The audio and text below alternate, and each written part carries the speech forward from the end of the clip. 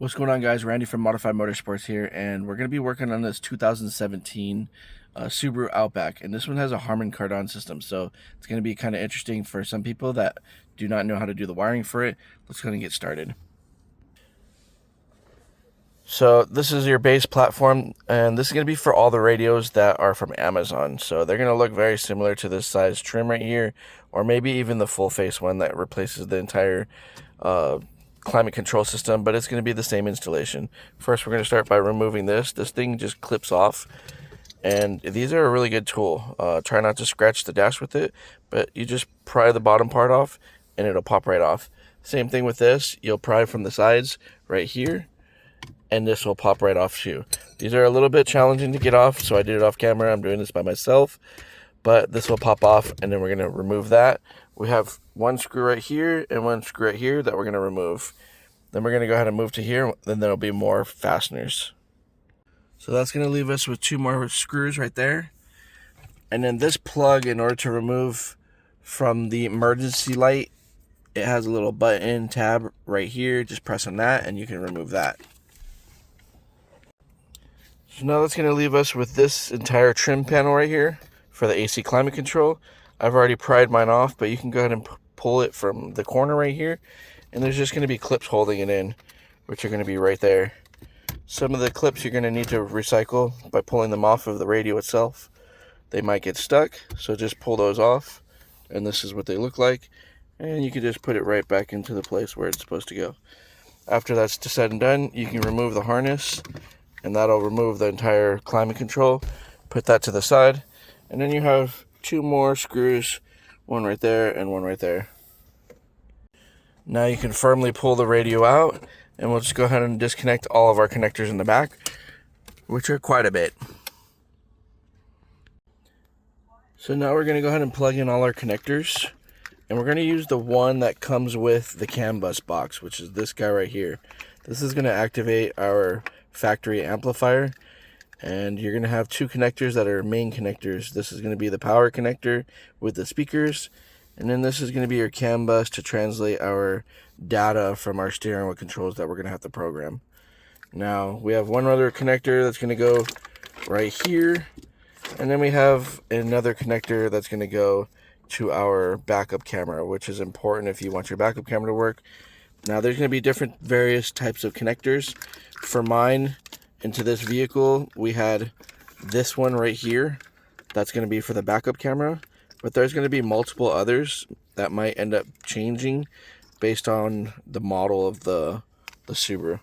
So if one of these work, just plug in whichever one works, and then you're going to have two extra that are going to be dangling. So this one's going to be the one that worked for us, and we'll go ahead and use that one. There's going to be two plugs that do not get plugged in. That's going to be these guys right here, and you're not going to worry about those. Actually, there's going to be three. There's another one right here. So those are not going to get plugged in. You also have your antennas.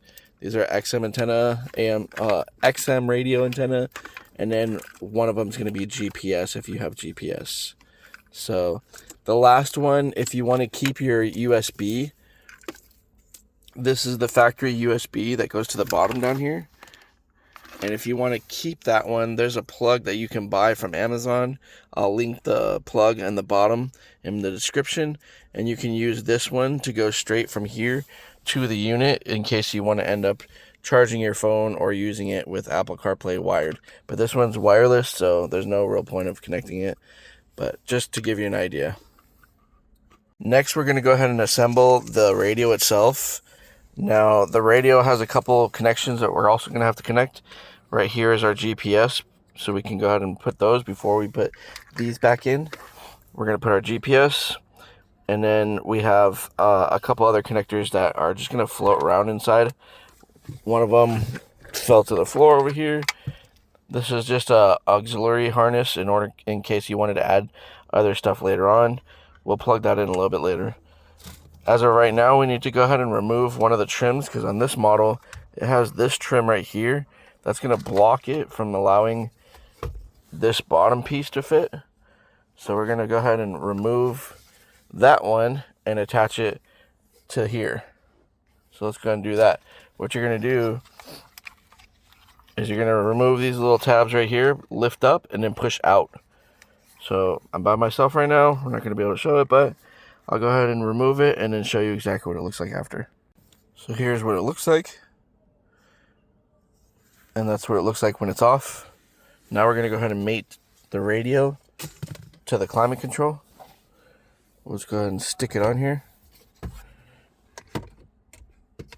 And there's little tabs that right here that you're going to aim for.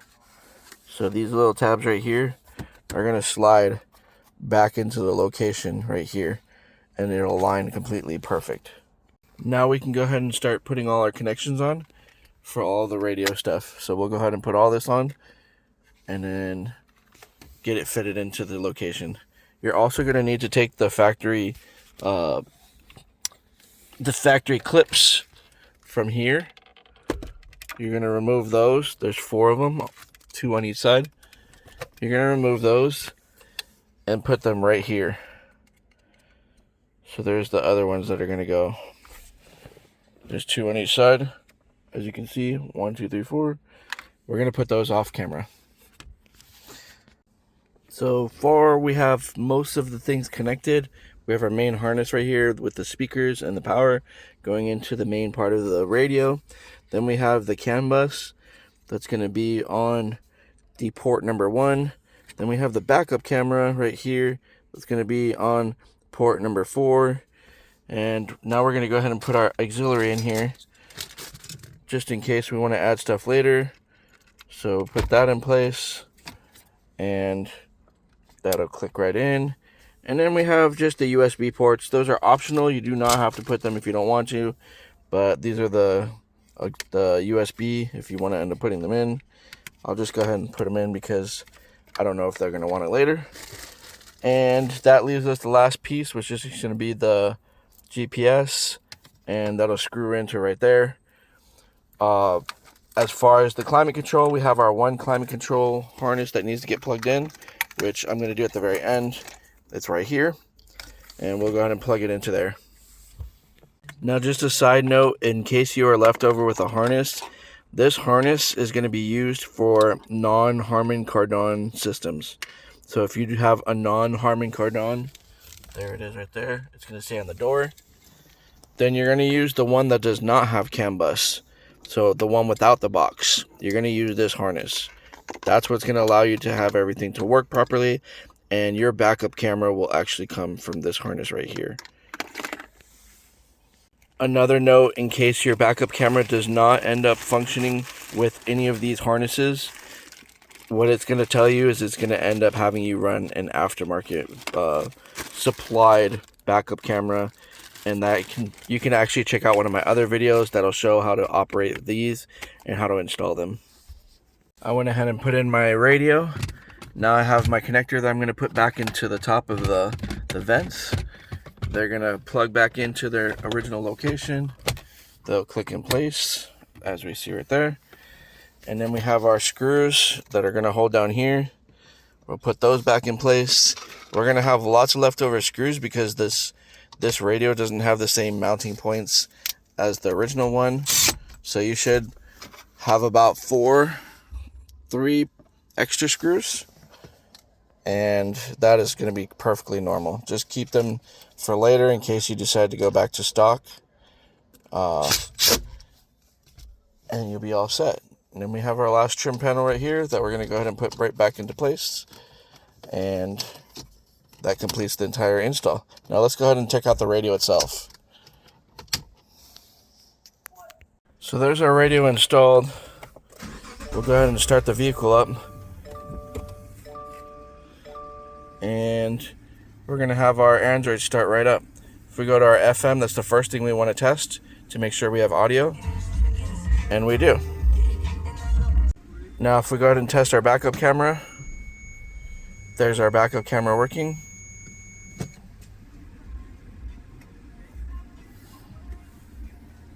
Now to program the steering wheel controls, because they're not going to work right out the box, you're going to go into your settings here. You're going to click that bottom left. You're going to scroll over until you find steering wheel controls. It might show like this for right now. So go over steering wheel, then we're going to click on steering wheel. I've already programmed 2 buttons just to test everything, but what you're going to do is press the start button, and then you're going to press, for example, volume up, volume down. You'll press volume up, and then press volume up on your control. Now I already have that one taken care of, but we're going to go ahead and do the others. We have answer, and then we're going to go ahead and press our answer button here, which is going to be this guy, and it'll light up once it's done. So let's try it again. We're going to go ahead and do reject, and then I'm going to go ahead and press it on the steering wheel, and then it'll light up once it's completed.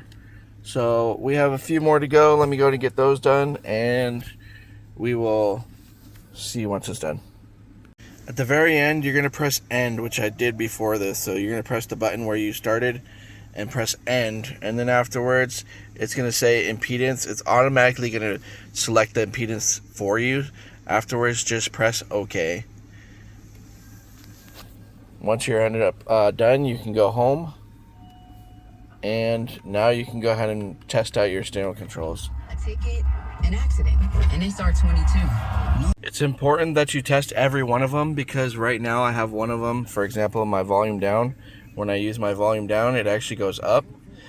So just recalibrate it again.